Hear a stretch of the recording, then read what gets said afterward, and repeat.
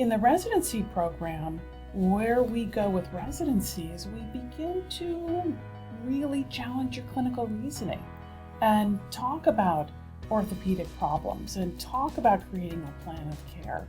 So that is a one-year program with very close clinical and didactic mentorship. The student finds a mentor for life. And in a lot of programs, the faculty can be a little bit arrogant, a little bit cynical, a little bit maybe frivolous. We are intentional and so caring, and I think we have one of the most humble groups of faculty. We love what we do. So you want to retire? Well, I love, when I go to work, I go play.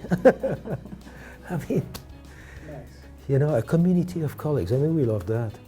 Once you've met us, or once we're connected, whether it's in a class or any one of those levels of additional education, we are there for you.